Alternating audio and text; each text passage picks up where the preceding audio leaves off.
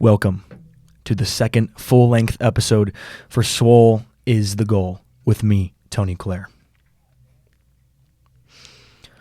Without commitment, you cannot have depth in anything. Commit yourself to constant self-improvement. Without your commitment to something, you accept no excuses, only results. So if you haven't caught on yet, today's topic is commitment. What does that mean? How much commitment does it take to get to where you want to go? Let's break into that. But before we do, we have two guests on the podcast today, both of which athletes at Leander High School, Aryan, Casey, and Endri, Krasniqi. What's up? Thank y'all for coming on. Of course, I'd love to. So, before we dive in here, why don't both of you introduce yourselves? Let the audience get to know y'all a little bit. You go first. All right. I'm Aryan Casey, a member of Leander High School Wrestling. We're here to talk about commitment today. Yeah, same here. Endri, Krasniqi, wrestling. I love the sport, committed myself to it, and I found a passion that I really like to, pursue. Awesome. So, where do y'all put commitment in terms of value when it comes to your sports? How much does commitment really matter? How much does it mean to be fully committed to something? And what difference does that make towards the rest of the people who aren't as committed? I think, especially in the sport of wrestling, it tends to force you to sacrifice what you want a lot. Mm-hmm. Whether it be you have to make weight or change a weight class of sorts, you kind of have to compromise a lot. Mm-hmm. And it all depends on your commitment to the sport. If you're not committed, you either won't have a very good relationship with your teammates, and obviously that can make or break someone's athletic career, especially in high school. Mm-hmm. But it can also lead to, failure during the season. People don't make it to certain, tournament levels, or, if you're not truly committed in every moment of the sport, you find yourself in the face of a lot of failure. Mm-hmm. Yeah, definitely. I feel like I can't talk about the sport as much as he can, but throughout my experiences, I've definitely found that wrestling is such an intense sport where if you mess up for a second or you find your mind wandering, you're not going to get to the level that you want to get to. And I feel like that goes with an important part of the sport, getting stronger in the weight room, which I'm pretty sure all athletes can relate to. If you're not committed to the weight room, like I've seen people come into high school like hitting insane numbers. They don't commit to the wrestling. They don't commit to the weightlifting part, and then they come out of high school not really at the level they want to be at. While there's been people that come in like, I wouldn't want to say weak, but like not at their level, and then they like skyrocket. Right. Yeah, I definitely agree with that. I feel like being committed doesn't just mean being centered in on one thing. It's about improving all those other aspects that are going to build up to you being at your highest level. And let's say, for example, for wrestling, it isn't just the wrestling portion. It's everything else that builds up to complement that. Like you said, the weight room, or getting better at anything that'll help you get better at that. So on that topic, what have y'all done to improve your abilities at your sports, or whatever it is you're trying to improve? How have you gotten better at that through commitment? I think, for me at least, it was kind of pushing through a lot of failure. Because my freshman year, I went like 1-19 on JV. Right. And it was like I cried after every single match. It was awful.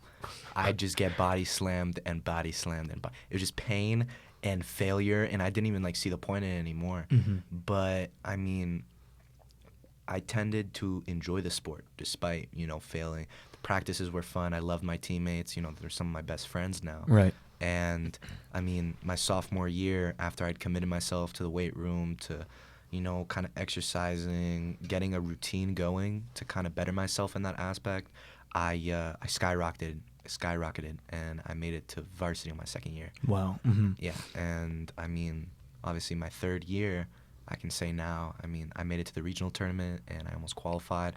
And I'd probably say, you know, I saw a little flash of a lack of commitment in my part on the regional tournament because I missed my opportunity to become, you know, a state wrestler. And Right. I mean, I'll just have to go for it next year, but I kind of realized what commitment truly means in that kind of Right. Mm-hmm. opportunity. Yeah, I'd definitely say that failure is a big part of that, because a lot of times people can lose commitment to something after they realize, oh, it's possible to fail at this, especially after working so hard for something. But really, that's not very true. Failure is something that we learn from. It's something that can teach us in the future. Casey? Yeah, no, I definitely agree with that.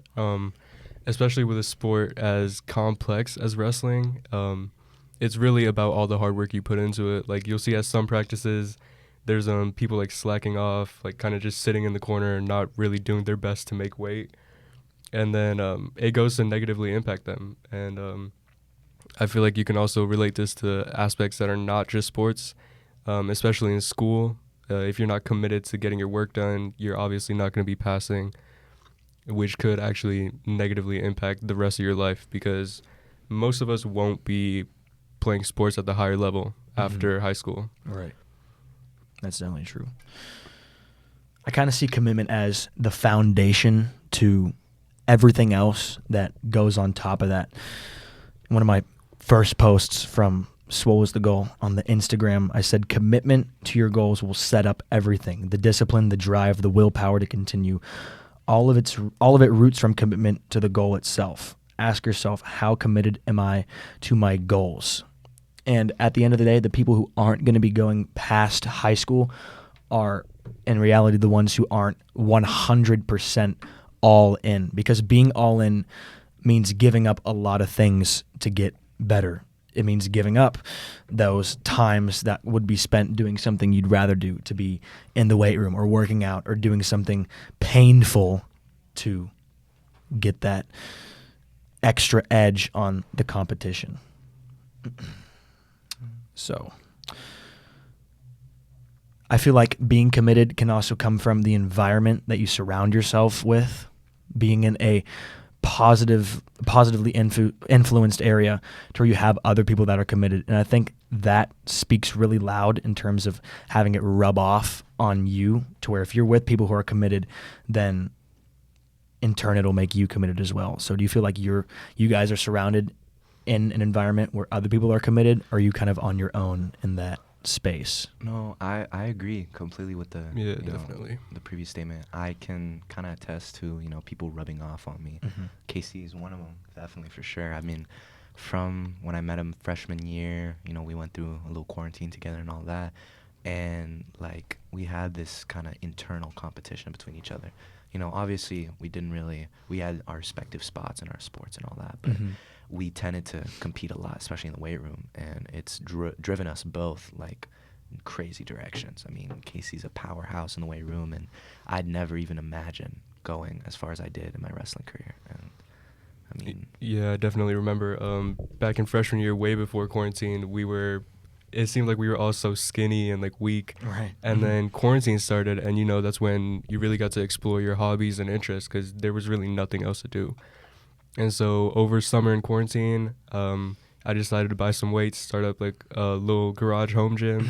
And I like texted Endri. I was like, oh, you should get in on weightlifting. Like, it's really a release. And it feels so short ago, like, but it's been 2 years, and it's definitely like impacted us positively. Yeah. I feel like how a lot of people get their start is when they realize there's nothing else to do. So let's just start doing this. And that's the first step you have to make, is just saying, all right, it's time to start, and actually starting. So many people will set goals for themselves that are unrealistic, and that's why they won't get that start, is because they say, oh, I'm going to do this, I'm going to do that, I'm going to get strong.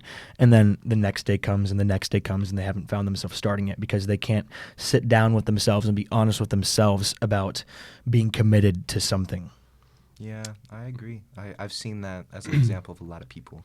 Mhm. I've seen a lot of people. I mean, I don't want to name, but I'm sure you know too.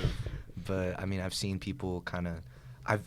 In one day, I've seen someone go from wanting to be the best at the sport to going in and competing, and then coming out wanting to quit. Mhm. I've seen it. I've seen people like break. Right. And I mean, it's a crazy sight because I've personally never seen, if I really enjoy the activity that I'm doing or what I've committed myself to, I do not even care for failure because it's something that happens. And I mean, Right. it's because the human, like, I mean, I don't really know how to describe it, but humans as a whole are made to evolve, Right. constantly throughout Exactly. life. And I mean, failure is just an obstacle that is there for you to evolve from. You simply adapt, you overcome, and then you keep going until you hit the next one. Exactly. It's not using failure as a setback. It's using it as like a learning moment to take a step back, assess, reevaluate, and then re-engage and go back out there. And a lot of people aren't able to do that because they're not in the right headspace for failure. Like, you need to prepare yourself for every outcome before you go into something, because there's always a chance of failing, and then a lot of people aren't expecting that, and then they get all upset, and then they'll end up either quitting or seeing drastic results from that. And I feel like another part of that is weakness, knowing what your weaknesses are and how to attack them and slowly hammer away at them to improve them. So what are some weaknesses that y'all are working to improve? Okay, this is a tough one because I feel like this really closely ties in with humility, and that's definitely something I've learned. Like, I've learned to love humility because I remember freshman year, I came into Leander High School. Like, I didn't know anyone. I was a transfer from Styles. Like, no one came here. And so I had, like, all these hobbies that I felt like I could share with other people. But I was just so afraid of being belittled and seen as inferior. But throughout these years, I've really learned to realize that you're not always going to be the best at something, but as long as you're putting an effort towards it, the people that are good at it shouldn't do anything other than uplift you, because they've all like came from a starting point where, they weren't really the best at something. That's why whenever I'm in the gym or something and I see someone like struggling or like it looks like they could use some help, I always like go over there, and I'm always like trying to be nice to everyone, especially with, I actually want to talk about cubing really quick, just to shout out Larson. Like, I started Larson was on the last podcast. Go give that a listen if you haven't yet. I started cubing, and it actually took me an hour to solve the cube the first time. And then, I was surprised because I didn't want to tell him how long it took me, but then he was surprisingly like cheerful. He was like, "Oh, I would love to help you out," and now I can do it in like 50 seconds, which is definitely an improvement. Right. I feel like that's another big part, is not being afraid to start at something, because, for example, the gym, when you walk in there and you see those people who are just yoked and huge, and you might have a feeling of embarrassment almost if you're not there yet, but you shouldn't, because most likely those people came from the same part where you started at, where they were once weaker than they are now, and they were once in a situation where you were in. And being able to, if you're already in that position, if you're already swole, being able to uplift those other people will have a huge impact on their path and not bringing them down, because everyone has a start somewhere. Everyone has to get on the train somewhere. Right. And I feel like just being able to get on is one of the hardest steps to take. And that's why commitment is so important, because you have to be willing to take those steps to get better. Endri, what have you been working on to improve? I mean, it's difficult to assess because I've seen so much, and I mean, since I'll take for example like the regional tournament. Mhm. I had a lot of weaknesses in that tournament. I've made it, and I was really happy to, and I think I let it get to my head, and I started daydreaming. I'm like, oh, Right. if I win this, I'll do this and this, and I would go into my matches with a game plan, and when one little thing didn't go the way I thought it would, it broke, and then it all kind of like dispersed, and then I was winning matches. It was like 2 or 3 in a row, and then I meet one opponent that's pretty good, and it breaks, and like the whole string kind of unravels, and I'm on a losing streak. I'm out of the tournament immediately. Would you say that's mainly because of the mindset you would get into? Yeah, I think so. Larson talked a lot about that last podcast, saying that at times you get so focused on the physical portion of improving yourself that you're It's not. mental. Yeah, it's about balancing that mental part and the physical part, because it's a mental game. Yeah. It's you and one other person just going at it, that you have to be ready to outsmart them. And this applies to everything else too, not just wrestling. In football, if you're not mentally prepared, if you don't know what you have to do in different situations, then you'll fall apart when those situations fall upon you. Yeah. That also applies to anything else, like baseball, soccer, anything where you have to use any sort of mental capacity to know, to visualize different outcomes. Yeah. That becomes a big part. It's Definitely. definitely a big part of it. Yeah. So this is kind of a pretty open-ended question, not really really hard to answer actually, but where do you see yourself going? It could be in sports, it could be in academics, it could be in life. Just what do you see yourself? Do you have a clear vision of the path that you want to take? I mean, in terms of sports, of course, I want to make it to the state tournament. I've kind of been working. Like my freshman year, I was just like, oh yeah, I'd love to make it to varsity, you know, win a few matches. Right. But last year was kind of like lifting the veil for me, and I kind of saw how far I can go with just a bit of work. And I mean, I'm gonna completely commit myself this coming year and try go as far as I can, to be honest, because I'm not the type of person to really have a schedule or kind of plan stuff out. If I want to do something, I will find time to do it. But I kind of go through like the feel. Like in terms of life, I don't know what I want to do. Yeah. I mean, I've kind of sitting here just going through day by day, enjoying what I can and doing what I need to. But when the time comes, when I'm like revealed with that big question, what do I want to do? I'm not sure myself if I'll have the answer for that. Right. I feel like, to the point you made about being on varsity, like people will set their ceilings too low, and they'll get to a point, like let's say I got to varsity, and then it's like, now what? You know, I feel like you need to set goals kind of like a staircase, to where once you accomplish one, then I know what I need to do next, and then I need to know what to do next, just so you know. So you keep having something to work on, and you don't just get there and then you're stuck and can't do anything else.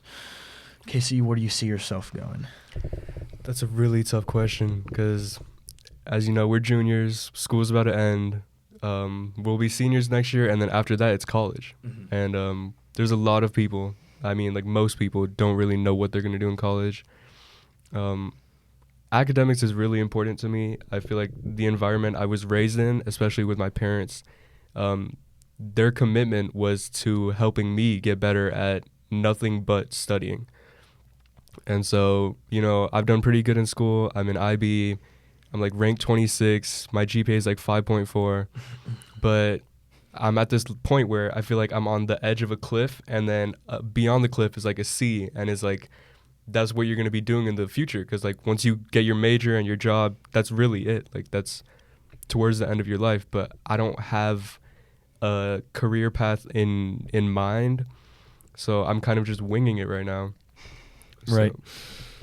I feel like a lot of people in our situation are kind of in the same headspace right now, to where the path is uncertain. We're not sure what it looks like past next year, because for me at least, every year since pretty much I've been alive has been set. I know what comes next. Like with high school, I know next year I'll be a senior, but after that, I don't know where I'm going, what I'm going to do. And that can kind of be almost frightening to people, not knowing what it's going to look like.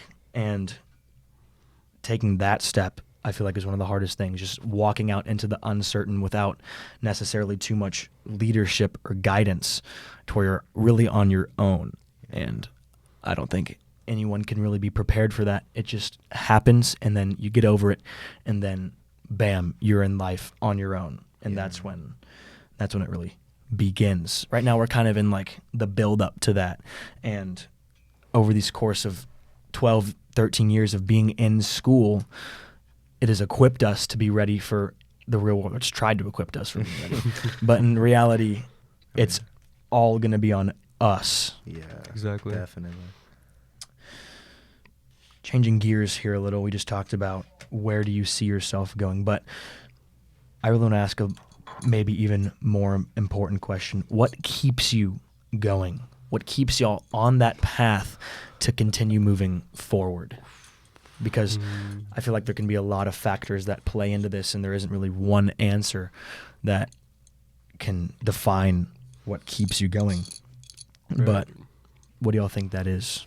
Okay, so taking this back to quarantine and back to commitment and motivation, there's definitely external factors. Like I binge watched a ton of fitness YouTubers. I've like got quotes instilled in my head, like it's either one day or day one, or there was this one quote that I really like. It was you live two lives. One of them is your first life, and then the second one is when you realize you only live two lives. Or you only live one life. Yeah, I've heard life. that one Yeah, before. yeah. Mhm. And there's also other factors like Endri. He's definitely pushed me to become better because like we have like this rivalry, and I really don't want to get to a point where I'm worse than him at anything. Right. So I feel like we're always pushing each other, and that's what really keeps me going. Mhm. What keeps me going? I mean, I'll probably tie into what KC says because that's a big factor for me. It's just kind of the rivalry I have Mhm. between him and me because so far, everybody I've kind of competed with, I've kind of overtaken. You know, KC's. Right. I think KC's right now the only one I haven't. kinda Right. I feel got like close the to. And you won't. Yeah, we'll see. We'll see. I feel like the kind of essence of competition can be really, really powerful in self-improvement because really competition is everywhere. And if you're in an environment where there's no competition, then you really can't improve because you have nothing to work towards Yeah. taking Yeah. over. But in y'all's case and in my case with football, there's always competition, and you're always working to kind of get that extra leg up on the other person. Exactly. And a lot of times that can take a lot of time, but just finding that way to get a leg up. And that's why like fields that are very competitive often produce the most reward for those who are successful, because competition at the end of the day is a fight between you and everyone else.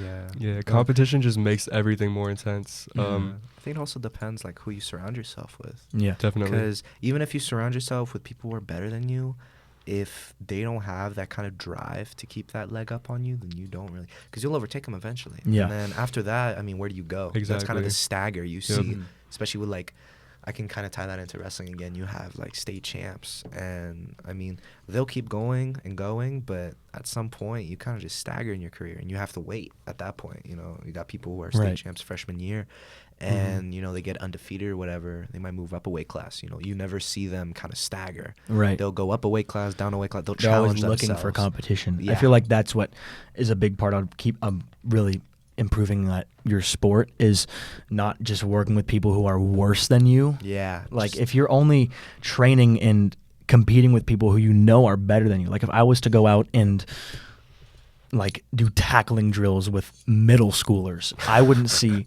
any improvement in myself. Just like if you were to go out and wrestle freshman JV people who aren't Yeah. don't have anything to Yeah. No, hold I against get you. that, yeah.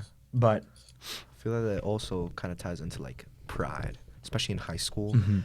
Us, you know, I mean, I guess you could say guys in general, but we tend to have a lot of pride towards Mhm. ourselves and our skills, especially in sports. You know, you hate to be kind of shunned or embarrassed in front of Exactly. everybody. Yeah. Yeah, And for I, sure. I can see. I mean, I have a few teammates. Shout out Tucker.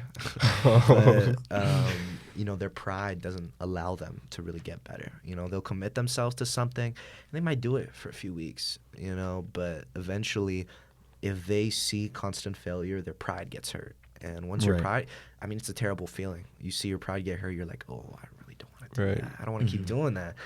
But I mean, the ability to kind of go past that and work with people. Because, I mean, I'll talk about Tucker again. He was just wrestling like freshman. And Yeah. Tucker had gone undefeated his freshman year. And he was good. He's a good wrestler. I won't cap, but he does not seem to want to push himself. He does not Mhm. seem to want to put in the constant work. He knows he's a good wrestler, but he does not let himself lose.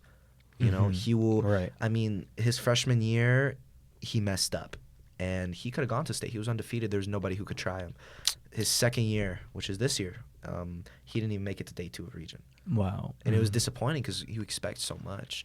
But he had lost to people he had beat last year, and it went to show directly. You know, his commitment had been lacking. I mean, it was bad because the Yeah. people who he had beat or he had absolutely decimated were coming back and they were embarrassing him, and you Right. know it was sad to see because he has talent, he has the ability to go far, but his commitment, his pride, his lack of like humility again. That's what I was going to Casey had say. said, Yeah, like you said, humility, being willing to lose. and That's a kind big of part of learn it. from it. Mhm. Yeah, Right. but he Right. seems to only, you know, when he had lost to the Cedar Park kid, Kane's sister, I think. Oh. His excuse were, oh, I already beat him once. He just got lucky. I already beat him once, but he had lost badly, you And know. the And it thing was is, when it mattered most. when you get to that kind of point where it's like you see yourself kind of getting worse, it either leads you to become like exponentially better, or you kind of fall off to a point where you don't really try anymore. And like I remember Tucker would be in practice, like we're just slandering Tucker right now, but I remember he would be in practices, have to cut like 7-8 pounds, and instead of running with like extra garments on, he would pile clothes on top of him and just sit in a corner and sweat it out instead of like physically exerting himself to get better. And Yeah. he didn't see the fruits of his labor at all. And that's just because once you get in that losing mindset, the pride kicks in, and then Yeah, you just don't realize- want to. Yeah, you don't want to keep doing something that you already lost at. Yeah. Like for me, I can tie this back into my football season. In like the first 3 games of the season, the running backs that we went up against weren't anything special. And then in our 4th game, I remember the first time going up a good recruited running back who was, I believe, a 4-star, Oh, and then having missed like 3 tackles in a row, that was for a touchdown. I remember getting so down on myself, and that's when I felt like the pride starting to take over, saying, why am I doing this? Like, I'm getting embarrassed out here. Yeah. But Mhm. then I looked back, like, this is supposed to happen. I'm supposed to be humbled exactly. at some point, so I know how much I need to keep going. And that takes a while to realize sometimes. It takes a while to realize that you are going to meet someone or face someone that is better than you in some way or another. And it's about accepting that and moving forward with that. Because that's how you get better. Yeah. Exactly. Mm-hmm. I didn't even develop that kind of mindset until like sophomore, junior year this year. Yeah. Because my freshman year, I was just taking losses, but I wasn't trying to learn from them. I just thought it was something that I'd experience. I'm like, okay, Right, I'll yeah. lose, but You thought it was I out of just- your control. yeah, I just kept going. And then eventually, you know, things started opening up for me as I kept working because I just kept going, you know, just kept doing what I did.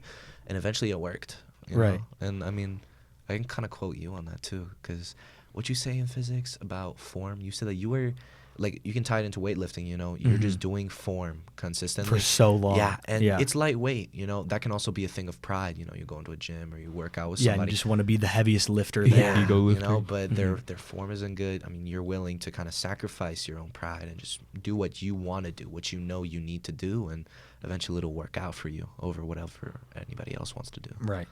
And I've definitely fallen victim to that more than a couple times, to where if I'm lifting or squatting or something and someone else comes in and they put on 10 more pounds than me, Yeah. and I have to put on 10 more pounds than them, and it just creates a cycle of bad habits. It's about really having that, like I talked about last podcast, self-control and Yeah. just being able to say, no, I know what I have to do. You can do this, but I need to get better at this. So I'm going to do this lift this way. Yeah. And it took so long for me to start actually putting on weight on the bar, because I focused so much on form to where once I would start putting on weight, I'd be able to do it effectively and efficiently. And that's been, I feel like, a big part, having that patience to wait it out before you start Wait doing the it fun out. stuff. Yeah, it's kind of like Wait it out, no pun.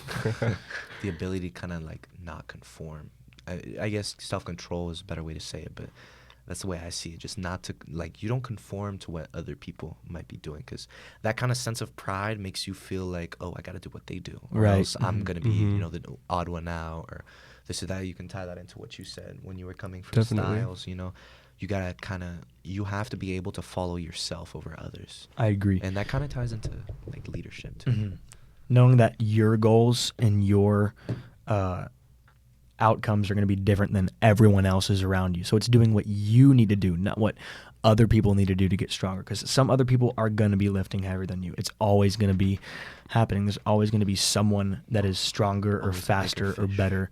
But it's not about getting down when you encounter those people. It's about learning from losing to them and then kind of going back at it at a different angle. Exactly. Because if you just keep failing and doing the same thing, there's no improvement there. Right. And I feel like was a problem for me whenever I used to just like miss tackles or not be in the right spot. I just wouldn't do it, and I wouldn't learn from it either. Yeah. If you keep making the same mistake, then It's not a mistake; it's a bad habit. right, At that point. exactly. Exactly. But if you are making mistakes, but you're making different mistakes, you're still learning, and then eventually those mistakes will get fewer and fewer and fewer until Yeah. you start to master something. And sometimes, I mean, I think you need someone there to tell you you're making your Mhm. mistake. Mhm.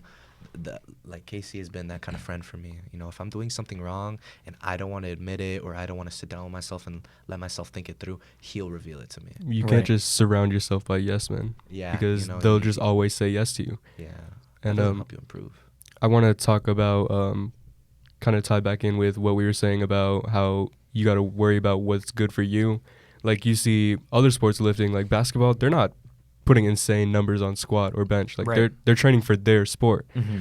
So like definitely back in quarantine, me and Endri, we were just doing squat, bench, and deadlift, and like that's not gonna help you get better at a sport where it's like super intense. You need to be explosive. Like if you're just training to be a power lifter and you're not in a powerlifting sport, you're not getting better. Right. Yeah. And I feel like a lot of people, like soccer players, for instance, will make fun of them because they're not hitting those numbers that Mhm. football players are hitting. Yeah, But end of the you need day. to look at it. They're doing what they need to do. They don't need to be hitting 3 plates on bench. It's not about it's not about being so strong. It's about being functional in what you want to definitely be functional for. You have to be. Because in football, strength is very functional. That's what you need. Same goes for wrestling or Right. any other sport that requires strength. But other sports where it requires more movement, more speed. Like you aren't seeing your track sprinters squatting or your track long distance runners squatting 4 plates because they need to be able to move fast and not be tight. It's about tailoring your training regimen to what you need to do. Right. Mhm. And I will say, like, I can confidently say I'm stronger than most, if not all, the other wrestlers. But, like, if you get me on the mat with people like Larson and Endri, I'm not going to be able to beat them. And that also comes with time you dedicate to your sport, like the commitment. Like, I've been busy with school, so I haven't been able to join camps like Heart and Pride for wrestling. And when you stop doing something for a while, you're not going to be as good as the people that are doing it and like are putting time into it. Right. It's about finding that one thing that's going to make you better and then keep attacking it. Yeah, that kind of, I guess I could tie into kind of recognizing your own weaknesses as well. Sitting with yourself and kind of, watching yourself from yourself, Yeah. After certain matches when I would lose, I'd kind of sit there and I'd think. Actually, in the moment, I wouldn't think. I'd just be, a little disappointed, but I'd move on and I'd focus on the next step. But sometimes, it'll just hit me randomly. I just relive a match in my head and I realize several things I could have done better. Yeah. I mean, it's insane. I relived the regional tournament that made or break my state. I relived that match like I'd say close to like 500 times. I've just thought it over and over and over and over again. You would like text me late at night and then be like, "Oh, I should have taken this shot right there." I'd be like, "Bro, put it to rest." Often. Yeah. Hindsight, it's easy to see all the mistakes that you've made. Yeah, just in the Mhm. moment you don't. Right. In the moment, you're just so overwhelmed by that presence of competition that you're not thinking about what could go wrong or what could go right. And I feel like that's where a lot of people struggle is they get so fed up with the moment and the hype and the energy of whatever that moment is that they're not thinking about what they can do. Yeah. And then that ultimately leads to either losing or not getting everything you needed to do efficiently. And that kind of goes for the mental part of sports. Right. Yeah. That's why training a mental part of sports is so important. Like when I watch film, I try to make it to where I'm kind of in that game scenario. Like I'll watch from the angle of what I see of the offensive line, and I'm just watching those guards and watching my keys. If one pulls one way, I'll like move my head so I can get used to that movement of moving one way, or anything like that. Just being prepared. Yeah, no, I understand fully. I just tend to relive moments and kind of just think things through. What could I have done better? And Right. I mean, I won't relive the same moment, or I won't think I could do one thing better. I branch out consistently. I mean, several things I could have done better. I could have done this, led to this. It's like chain wrestling is a very, very, very helpful thing, especially in the sport. You know, it's the ability to consistently set up movements and strategies to win, and without fail, setting up your opponent. It's all about controlling the other guy mentally, physically. I mean, in my season, most of my matches were either I won by a hair because I managed to beat out the guy, I beat out the guy easily, or I got wiped. I got absolutely destroyed. I remember Centex was my first big tournament. My first match was against the guy who won the tournament. Some kid from Lake Travis. I tell you, he picked me up by my legs, by just my feet. He picked me up. My head was off the ground. He swung and he threw me, and I gave up. I laid on my back. I looked up. I'm like, Coach, get me out. And I mean, later on, I see postseason, he didn't even make it to region.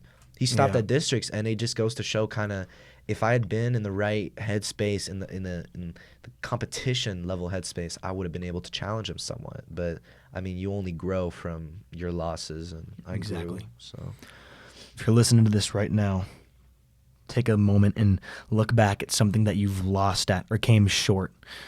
Realize, or really look back and see what you didn't do, because there's a lot that you would have done, or at least that you think you've done, lifting, preparing, practicing, but look at those other things that you haven't prepared for, the mental side of it, and ask yourself, what could I have done better?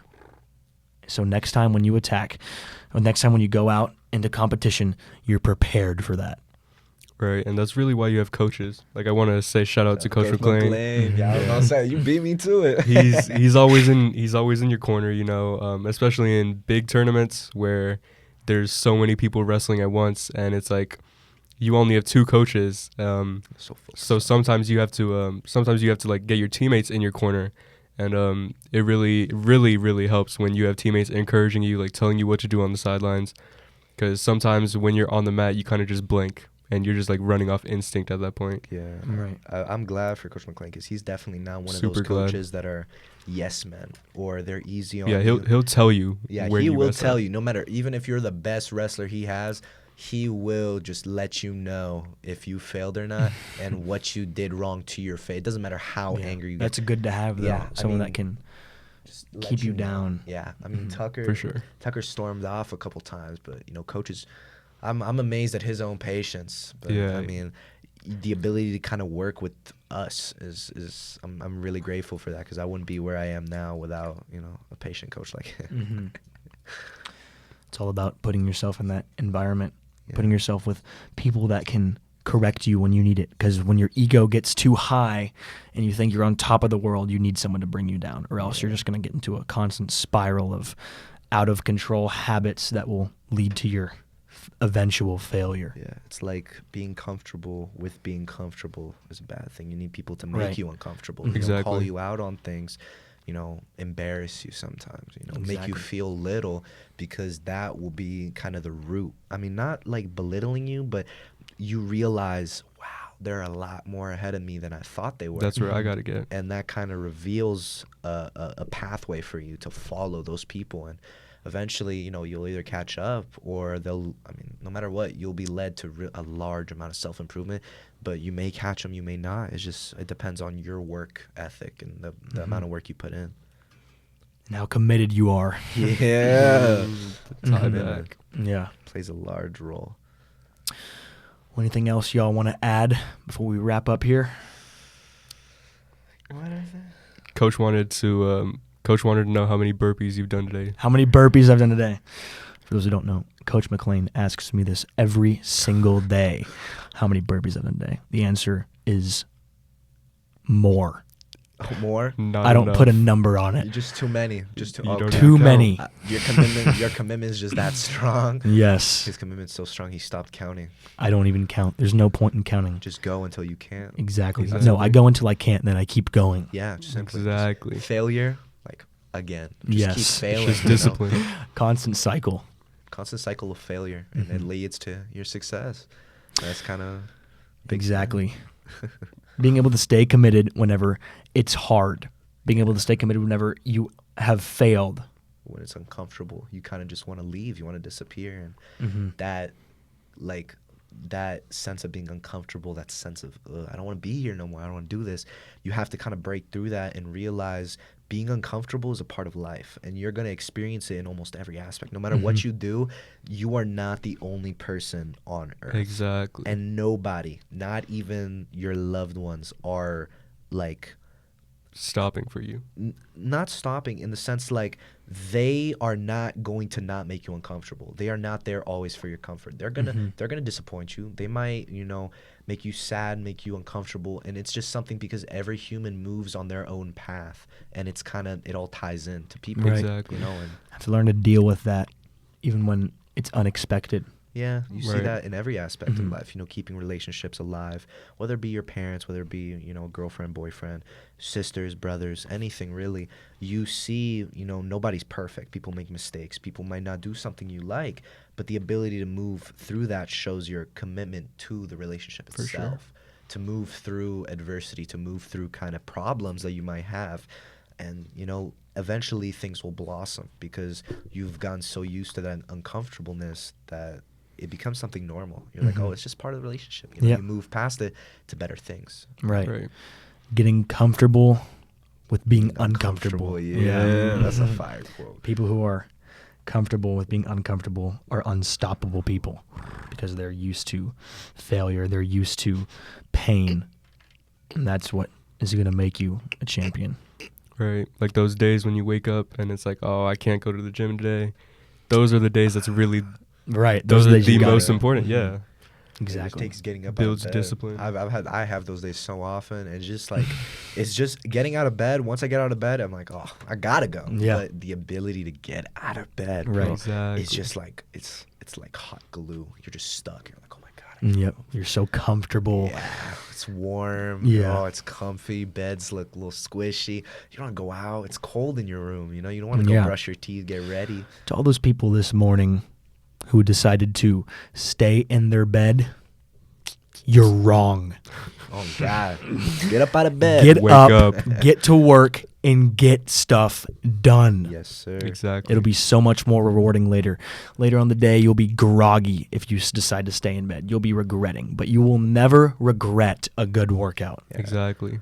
Yeah, that's crazy. You regret never working out, but you'll never regret like Right. That's- In the moment, it might be painful, but you'll never. it's regret it. temporary, and it will lead to good results. Yeah, just working Exactly. through that pain, that Mm-hmm. uncomfortableness, commitment. Well, thank you all so much for coming course. on. For It sure. was a great podcast. course. Great having y'all on. If you enjoyed this, make sure to like and subscribe and follow us on Instagram at The Goal is Swole. Oh, it's Signing off. Swole is the goal. Swole's the goal. goal. Size Go get committed. Go get stuff done. Wake up. Today. Wake up. Wake up. up.